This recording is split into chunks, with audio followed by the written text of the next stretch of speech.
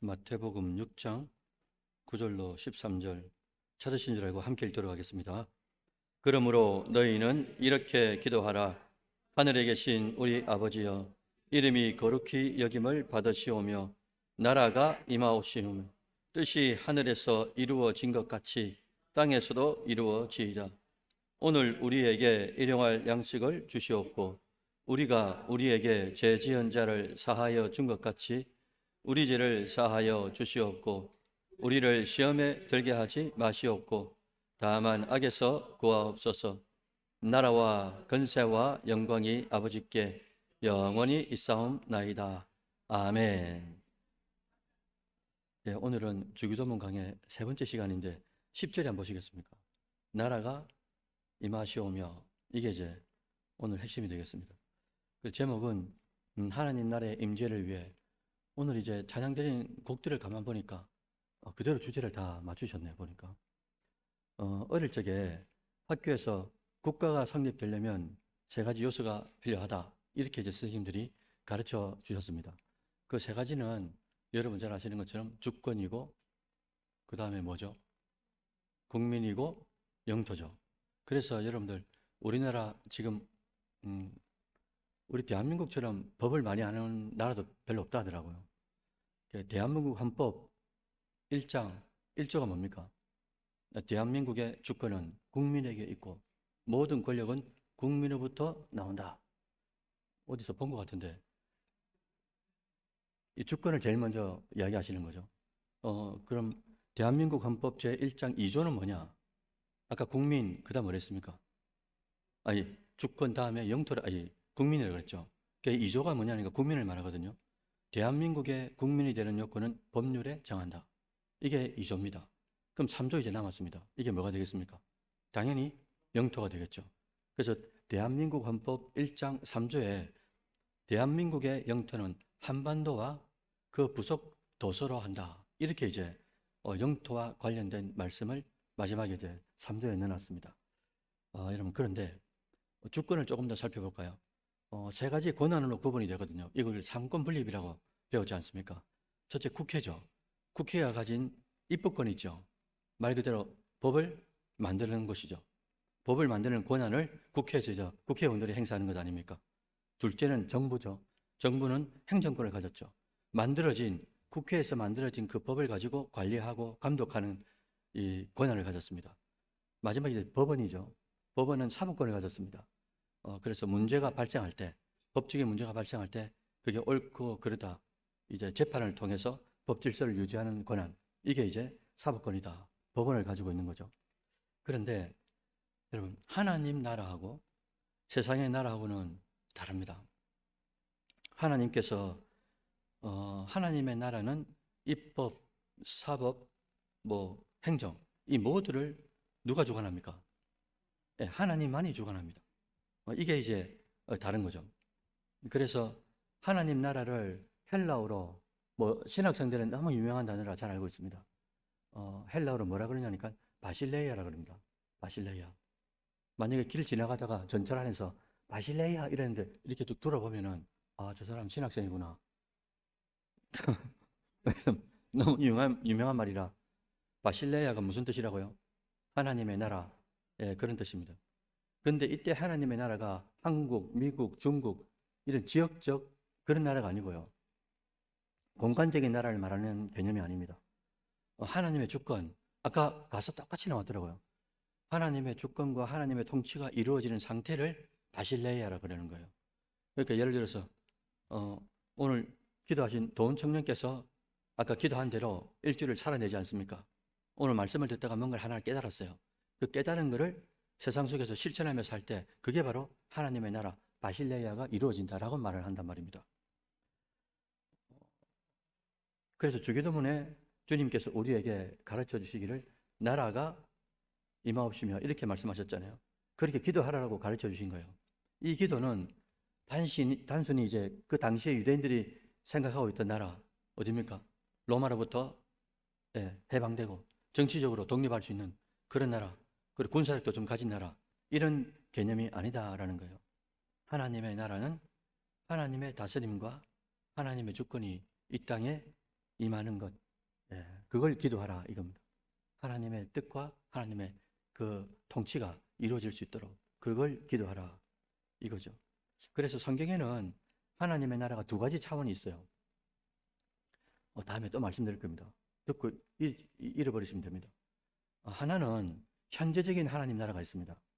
이건 예수님이 초림하실 때 그때 이미 예수님께서 가지고 오신 하나님 나라를 말하는 거예요. 그러니까 과거에 예수님께서 2000년 전에 예루살렘에 가지고 오신 그 나라, 예수님이 갖고 온 하나님 나라가 있습니다.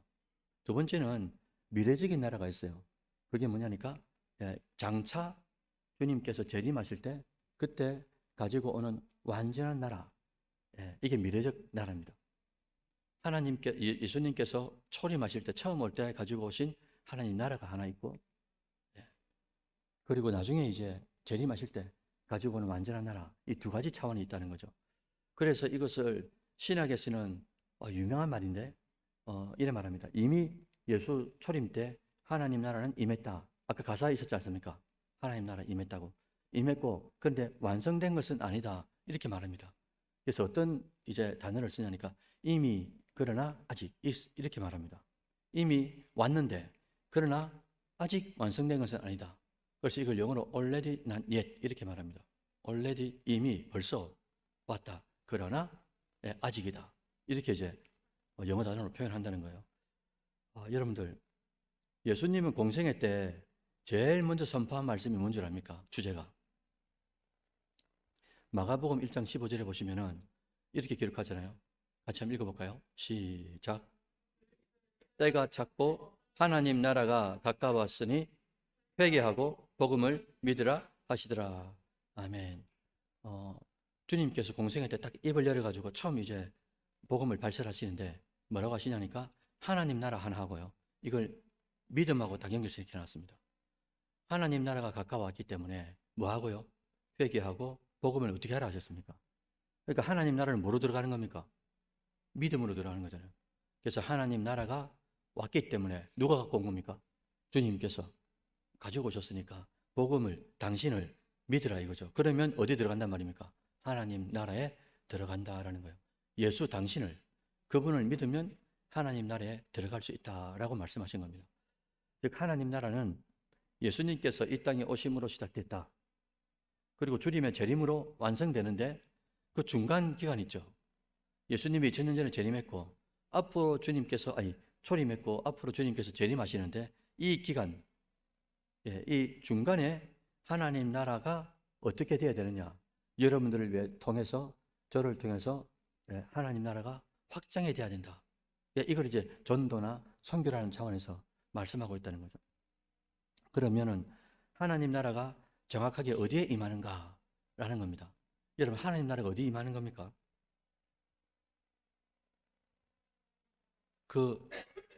우리 군대 간 친구 있죠? 얼마 전에. 종훈이 형 이름 뭡니까? 보셨습니까? 어른들. 저기.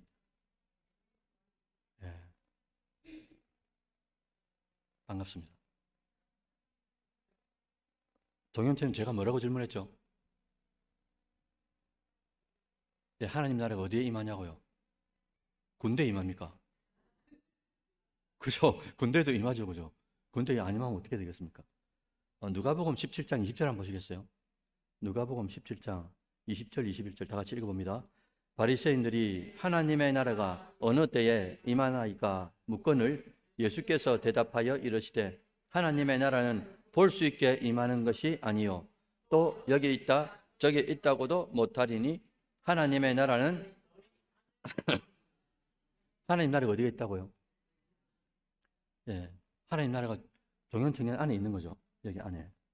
다시 말해서 하나님의 나라는 여러분들의 실력, 우리 청년들의 자격증, 스펙 절대로 그럴 수가 없습니다. 여러분들의 학벌 절대로 그럴 수가 없습니다. 여러분들이 가지고 있는 권력, 여러분들이 가지고 있는 체력, 그 안에 있을 수가 없어요. 하나님의 나라는 오직 예수를 유일한 구원자로 믿는 그 믿음으로 인해서 우리 안에 임하게 된다는 거예요. 제일 먼저 우리 개별적으로 우리 자신으로 볼 때 하나님 나라는 우리 안에 보이지 않는 내 심적 내면에 임하게 된다라는 것을 말하는 겁니다. 그래서 제가 이제 작년까지도 작년에 청년부를 낳았기 때문에 청년부를 놓고 시니어 어르신들을 섬기고 또 양육부며 전체를 이제 총괄하고 있을 때 온천제일교회가 이제 4천 세대 아파트 단지에 그 종교부지를 받아가 들어갔거든요.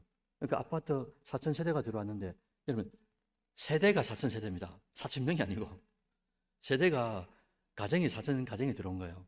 그러니까 매주마다 한 7명, 뭐 8명씩 매주 이제 들어오지 않습니까? 새로 오시는데 새신자가 와가지고 한 달, 두 달 이렇게 지나갑니다. 그래 이제 제가 물어보죠. 옥순 성도님, 교회에 와서 가장 좋은 게 뭡니까? 라고 제가 물어봅니다. 그러면은 가장 높은 퍼센테이지가 어떤 말 하겠습니까? 성도들이 교회 와가지고 어르신들도 그렇고 처음 교회 온 사람도 그렇고 믿다가 잠자고 있다가 방황하고 있다가 새로 오신 분도 그렇고요. 다들 가장 높은 퍼센테이지가 뭐냐니까 목사님 문제가 없어진 게 아니고요. 우리 자식들 문제, 물질의 문제, 환경의 문제, 뭐 어려움도 똑같이 있습니다. 근데 달라진 게 있습니다. 이러더라고요. 어르신 뭔데요? 이래 물어보니까 뭘 하겠습니까? 마음이 평안해졌다는 거예요. 딴 건 다 똑같아. 예수를 믿다고 뭐 미적분을 못 풀다가 갑자기 푼다든지 자전거를 못하는 사람이 자전거를 갑자기 탄다든지 물론 그런 기적도 있을 수 있지만은 근데 그렇지 않잖아요. 딱 달라지는 게 뭡니까? 보이지 않는 우리 심적 내면의 세계가 바뀌는 거예요. 왜 그런 겁니까? 아까 말씀하셨지 않습니까? 예수가 우리 안에 들어오면은 그분이 가지고 있는 하나님의 나라가 임하는 거죠. 하나님의 나라가 임하죠. 나라가 임하니까 어떻게 되는 겁니까? 천국이 우리 안에 임하니 이걸 빼뜰 수가 없다는 것이죠. 그래서 그 평안함의 핵심은 그 성도에게, 오옥순 성도에게 예수를 믿어야만 임하게 되는 하나님의 나라, 천국을 소유하게 되었기 때문이다. 그 어떤 말보다도, 그러니까 교육자로서, 섬기는 자로서 어떤 성도가 그런 말을 할 때가 저 깊은 곳에서 기쁨이 엄청나게 올라오는 거예요. 다른 것보다도 뭐 형편이 좋아졌다, 연봉이 많아졌다 다 좋습니다. 근데 그것보다도 가장 목자들 행복하게 하는 게 뭐냐니까 교회 와서 예수를 믿음으로 마음이 너무나 평안하다는 거예요. 이걸 돈 주고 뭐 100억을 주고 사겠습니까? 어떻게 사겠습니까 이게? 여러분 주님께서 주기도문에서 나라가 임하게 해달라고 기도하라 하셨잖아요. 그러면 구체적으로 하나님의 나라는 어떻게 임하는가? 아까 어디에 임하는가를 바꿔요. 이제는 어떻게 임하는가? 이제 하우가 되는 거죠. 예수님은 하나님의 나라를 비유적으로 말씀하실 때가 엄청 많았습니다. 하나님의 나라는 이렇다. 하나님의 나라는 이렇다. 뭐 엄청나게 많이 말씀하셨어요. 천국은 마치 뭐와 같다. 이렇게 말씀하셨잖아요. 그럼 그 이유가 뭘까요? 왜 그러냐니까 이 땅의 것도 주님께서 말씀하니까 못 알아듣는데 하늘의 것을 어떻게 이해하겠냐는 거예요. 그래서 주님께서 이 땅에 있는 것을 가지고 비유적으로 하늘에 있는 것을 표현한 겁니다. 다시요. 하늘에 있는 게 어렵기 때문에 이걸 땅에 있는 사람들이 이해할 수 있도록 땅의 것들을 가지고 비유적으로 표현을 하셨다는 거예요. 특별히 주님께서 씨 뿌리는 비유를 말씀하신 적이 있었습니다. 하나님의 나라는 마치 씨 뿌리는 농부와 같다. 이렇게 말씀하셔서 쭉 이제 펼쳐놓거든요. 마가복음 4장 1절부터 20절까지 쫙 펼쳐놓습니다. 하나님 나라가 어떻게 임하는지를 정확하게 비유로 설명하고 있다는 거예요. 요약하면 이런 내용입니다. 씨는 뭡니까? 씨는 하나님의 말씀이죠. 밭은 뭡니까? 사람의 마음을 비유하죠. 그럼 농부는 누구라고 말씀하셨어요? 하나님이 되시는데 농부가 씨를 이제 새 존재가 필요하잖아요. 농부가 뭐를요? 씨를 어디다가요? 밭에다가 뿌리는데 하나님께서 말씀을 사람 마음에 뿌린다라고 그대로 이퀄레이션입니다. 하나님께서 하나님의 말씀을 씨를 사람의 마음에 뿌린다. 이렇게 되는 거죠. 하나님께서 하나님의 말씀을 사람의 마음에 뿌린다. 그러면 그 씨가 밭에서 썩어지고 변화되고 싹이 나면서 결국은 뭘 맺힙니까? 열매가 맺게 되잖아요. 마찬가지입니다. 성도에게 마음에 하나님께서 말씀을 심으시죠. 지금 여러분들 말씀을 심고 있는 것 아닙니까? 세상에서 순종할 때 심겨진 이 말씀대로 아까 도훈 청년이 기도하신 것처럼 심겨진 말씀대로 우리가 세상 속에서 순종하면서 살아낼 때 그게 바로 하나님 나라가 이루어진다라고 비유로 말씀하신 거예요. 농부가 씨를 가지고 스케이트를 흩뿌리죠. 이렇게 막 뿌리잖아요. 그러면 이 씨가 밭에 들어가죠. 밭에 들어가서 이 밭이 좋은 밭일 때, 이 밭이 어떻게 됩니까? 씨를 양분을 주고 수분을 줘가지고, 역으로 말하면 이 씨앗이 양분과 수분을 흡수하고 나중에 나오면 잎이 광합성을 해서 결국은 열매가 맺도록 한단 말입니다. 똑같은 비유로 하나님께서 그죠? 우리에게 말씀을 전해주시고 감동 주시고 보고 듣고 하면서 우리가 깨닫죠. 깨달은 것들을 어떻게 우리 삶으로 한 구절 한 구절 많은 구절 말고 깨달은 거 하나만이라도 우리가 세상 속에서 실현해 나갈 때 그걸 하나님의 나라, 하나님의 뜻, 하나님의 통치가 이루어지기 때문에 그게 바로 바실레이아, 하나님의 나라가 임한다라고 표현한다는 거죠. 그런데 중요한 게 있습니다. 여러분, 그 씨 뿌리는 비유에 보면 밭이 몇 개가 나옵니까? 밭들이. 마음에 하나님 말씀, 즉 씨를 심었는데 우리의 마음밭이 길가가 되면 어떻게 됩니까? 새들이 와가지고 다 먹죠. 그걸 가시밭도 되고 돌짝밭도 되고 항상 우리가 어떻게 옥토밭처럼 좋은 밭이 되겠습니까?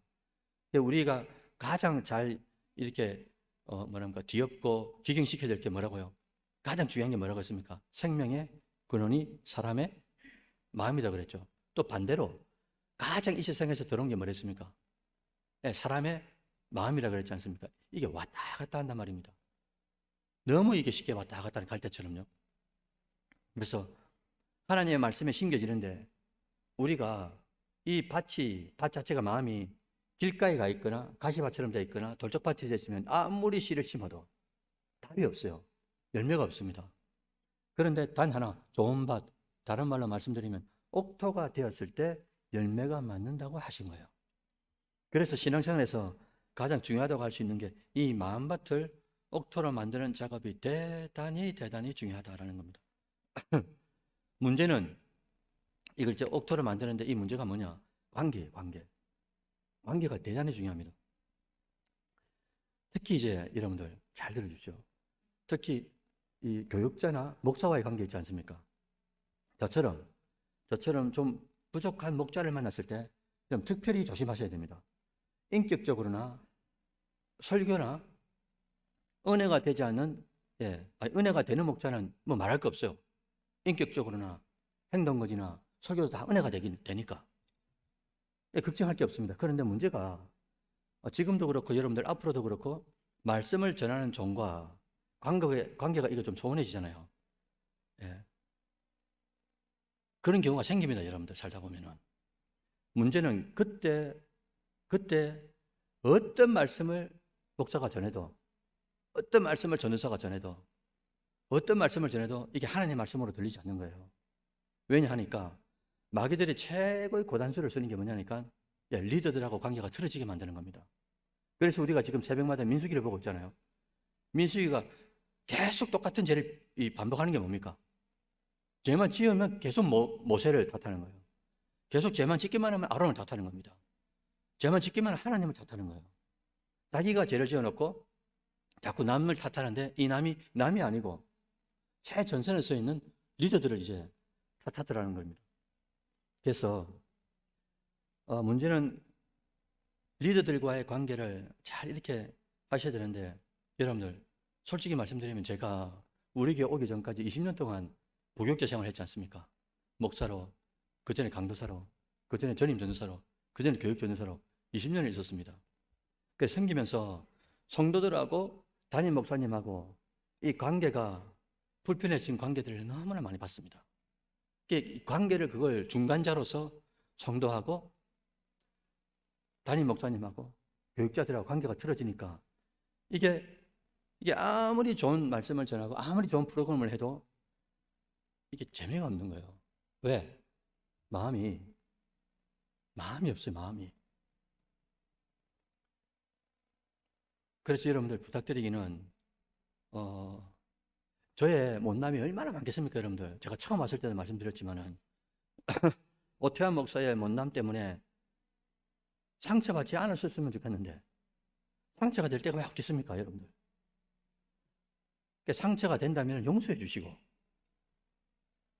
또 마음을 또 편안하게 해주셨으면 좋겠어요. 왜 그러냐? 여러분 각자를 위해서 그렇습니다.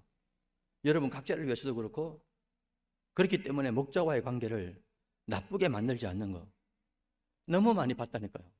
저도 연약하기 때문에 말로나 행동으로나 농담한다고 농담을 한 건데 이게 농담으로 받아질 때가 있고, 사람이 다 그렇지 않습니까?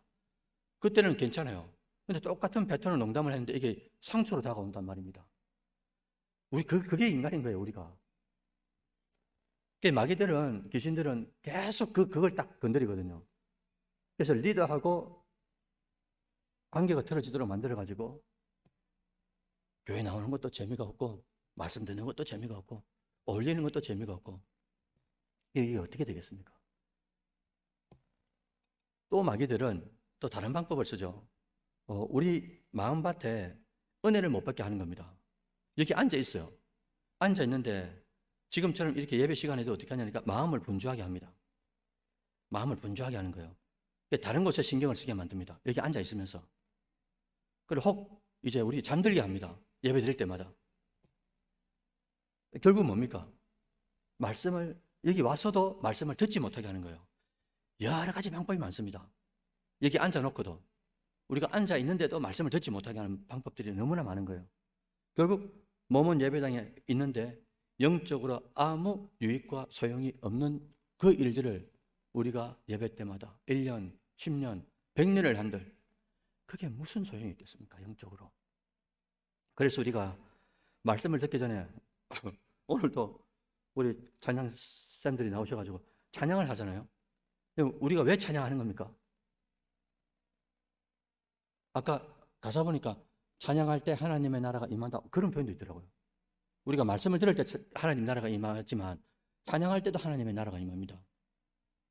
우리가 찬양하는 많은 이유 중에 하나는, 또 우리가 아까 기도도 해주셨지만 장로님들이, 권사님들이, 청년들이 대표 기도하는 이유도 뭡니까? 모든 생각을 다 내려놓고요, 찬양하면서 마음을 정돈하는 거예요. 그리고 대표 기도에 마음을 같이 실어가지고 같이 기도를 드리는 겁니다. 거기에 대한 최종적 터미널이 어디냐? 종점이 어디냐면요, 말씀을 잘 들으려고 하는 거예요. 나를 길 가고 지금 정신이 막 상가로운데 그 가운데도 찬양을 통해서 내 마음을 잘 기경시키는 거예요. 업셋한단 말이에요. 자꾸 이렇게. 그래서 어떤 말씀에 심겨지면 그것이 수문과 양문에 바로바로 빨려 들어갈 수 있도록 그 역할이, 찬양이 엄청나게 큰 역할을 합니다. 저희 어머니 같은 경우는, 조화영 권사님은, 우리 은퇴 권사님은, 어머니는 교회 가면 제가 예전에 영적 주특기라고 말씀드린 적 있죠. 어떤 사람은 말씀도 듣는 거, 읽는 거, 보는 거, 여러 가지 패턴들이 있단 말입니다. 우리 어머니는 찬양을 부를 때 가장 은혜를 받으신대요. 예전에도 이걸 잘하시고, 노래도 잘하시고, 노래도 많이 하시고, 우리 외가 쪽으로는 지금 이제 우리 한결이가 5대째가 되니까요. 5대째 크리스찬이니까. 어머니가 계속 그런 문화에서 사시다가 특히 우리 어머니는 찬양을 통해서 은혜를 많이 받으시더라고요. 사람마다. 그래서 우리 어머니는 가면은 찬양을 그렇게 열심히 합니다. 그러면서 이미 다 받아버렸어요, 은혜를. 그러니까 그 다음에 말씀이 떨어지는데 얼마나 촉촉하게 말씀을 잘 스며 들어가겠어요. 그런 역할들을, 그러니까 결국에는 말씀으로 찾아오시는 주님을 만나야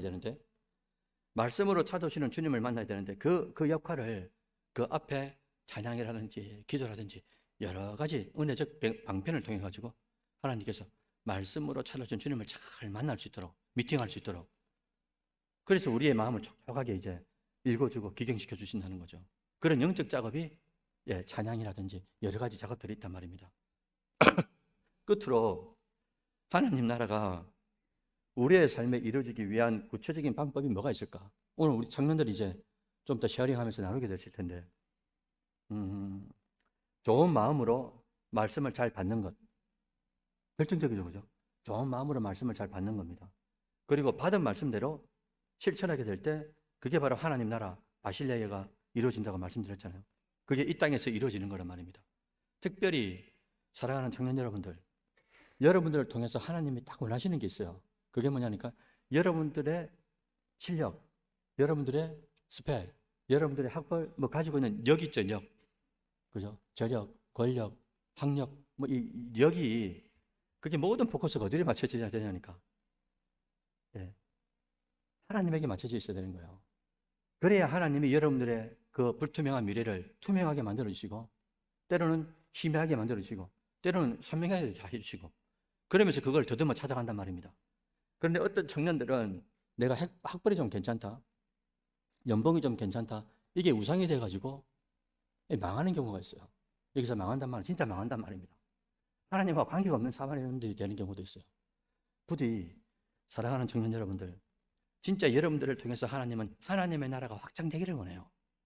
주님이 재림하시는 그 순간까지 초림해가지고 하나님 나라가 임했고, 여러분 속에 있으면서 그 나라가 여러분들 삶의 현장 속에서 실천이 되면서, 실천되는 그 모습들을 믿지 않는 친구들이 직장에서, 캠퍼스에서 보고, 야, 선교 중앙교회 다닌다고 하더니 진짜 뭔가 다르구나.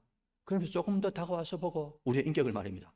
조금 더 다가와서 보고, 뭔가가 다른 게 있구나. 이게 이제 다름의 구별, 이 거룩의 구별이 그들에게 감동이 되는 거예요. 그럼 그들도 인생을 살아가다 보면 왜 힘든 게 없겠어요? 왜 어려움이 없겠습니까? 그때, 맞다. 그 눈에 있었는데, 나랭이 눈에 있었지. 그 눈한테 한번 가봐야 되겠다. 그러면 서서히 누구한테 오는 겁니까? 예, 우리 안에 있는, 예, 우리의 삶을 통해서 본 그 천국을, 샬롬을 우리가 소개할 수 있게 되는 것 아니겠어요? 그래서 여러분들의 삶을 통해서 하나님의 나라가, 여러분들의 인생 속에, 청춘 속에 임재하면 좋겠고요. 그 임재된 인생을 아름다운 청춘이다 라고 기록할 수 있는 건 아니겠어요? 여러분, 계절의 여왕이 뭡니까? 말씀하지 마이소. 제가 말할 테니까. 계절의 여왕은 별 5개입니다. 5월인데 여왕이니까 좀 멋지게 한번 살아봐야 되겠잖아요. 그죠? 여왕이라 했으니까, 그죠? 하루하루가 하나님의 이 나라를 내 마음에 딱 모시고 있잖아요. 그러니까 여러분들 일거수일투족을 어떻게 해요? 내 삶을 통해서 바실레이아가 이루어지도록 하겠다. 하나님께서 내 일거수일투족을 통해서 하나님의 살아계심, 그리고 하나님의 역사하심, 그것을 반드시 내가 내 삶을 통해서 드러내겠다 라고 작정을 하면 그 사람의 인생은 뭐가 되는 겁니까? 올해 하루하루가 진짜 아름다운 청춘이 되고 여왕 같은 계절이 되는 거겠죠. 우리 성도님들의 삶을 통해서도, 우리 청춘들의 삶을 통해서도 주님의 나라가 부디 나타나고, 또 여러분들의 삶을 통해서 확장되고, 또 그것을 통해서 여러분 각자도, 또 여러분과 함께 하시는 모든 가족들과 또 많은 사람들도 진짜 행복한 5월이 되시기를 주의 이름으로 축원드립니다. 아멘.